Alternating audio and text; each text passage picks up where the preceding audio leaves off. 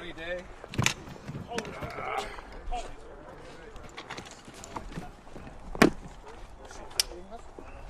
Sit. Tomorrow I'm going to testify before the Senate. We're going to talk about space. And the messages I want to really bring forward are, first how, and I think everybody here understands how important space is, but the significant changes, and that's why, and I'll get to this point about the changes we want to make here, but when you think about it being a contested environment, really being militarized, that's a significant change. You look at now there'll be thousands of objects on orbit.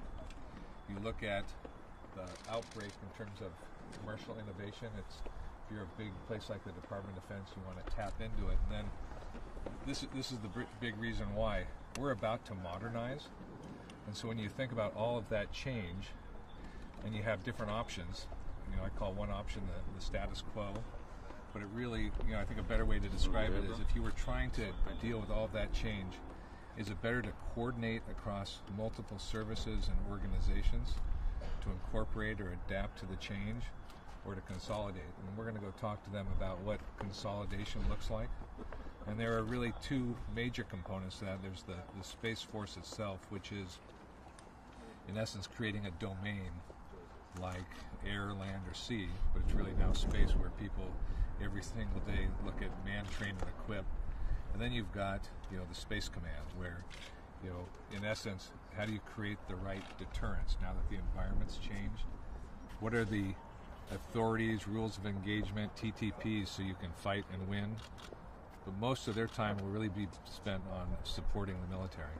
Secretary, would you support a ban on ASAT testing? General Hyten's made some comments on that. I'm going to leave it to General Hyten. I think he was talking about rules of engagement earlier today. Isn't that right? Would you personally support a ban? I'd like to hear more about. I haven't had a chance to talk to General Hyten about it, but I'm pretty excited about him and his nomination.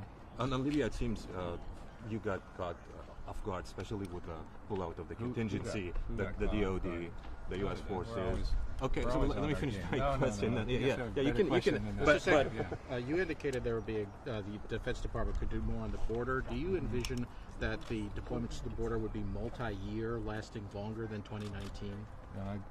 That's one of the things that the chairman and I have talked quite a bit about, and I've had continuing conversations. I'm going to work very closely with the new acting secretary. But what I would say is the situation there deteriorates.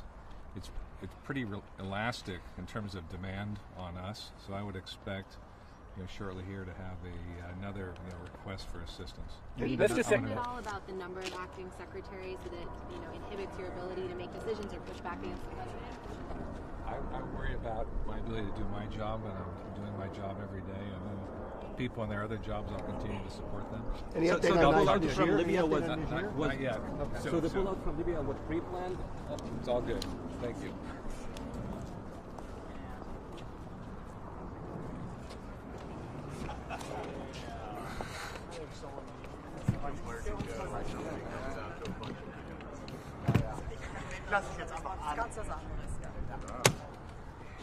Just avoided the cameras. I went to the people. Yeah. It's like people, I'm going to see you.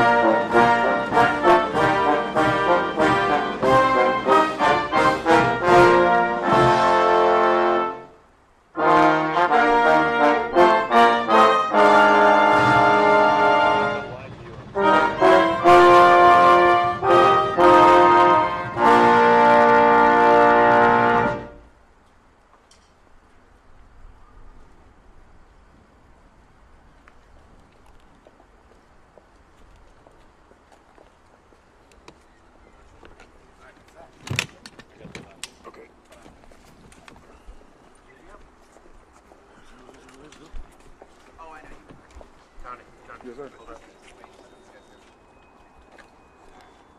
Who are you waiting on? For this guy. Court man.